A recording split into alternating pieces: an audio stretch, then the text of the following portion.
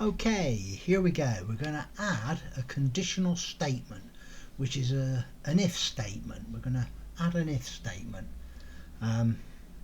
Can't write a program without if statements. Well, I wouldn't think you can anyhow. So let's crack on here. We're going to do, that's pretty much what we're going to do.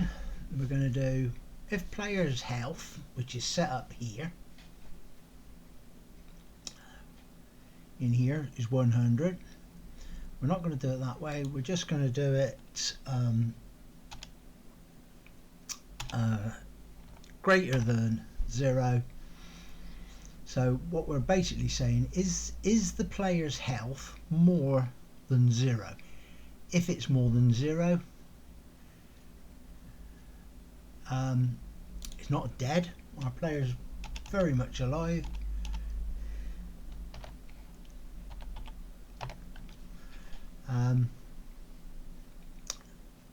If it's less than 0, then our player's dead.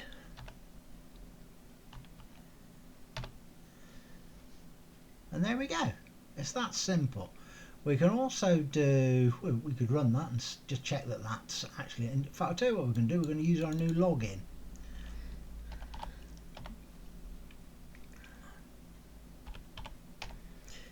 Log info, especially if we spell it correct. One day I'll learn to spell, although actually I'm so old now I don't think there's time to learn to spell. Log warning, that'll do. There we go. So we got those two, so that'll print out in a nice bit of colour. So let's test that and check that our syntax is right and we've typed it out correctly. Takes a few seconds and we should have player is alive. There we go. Isn't that fantastic? And that's how these if statements can be very useful. We can also do this as a boolean, so we could do true or false statement.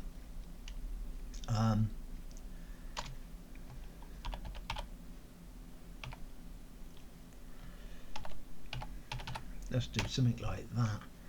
Color green is true, and then we would simply do if color green, that's that. So it will be if color green is true, which it is because we've set it to true, then we'll print out this is a green info message. So if it's not true, then this is a red error message. So we can run that as well and we should get that. This is a green info message.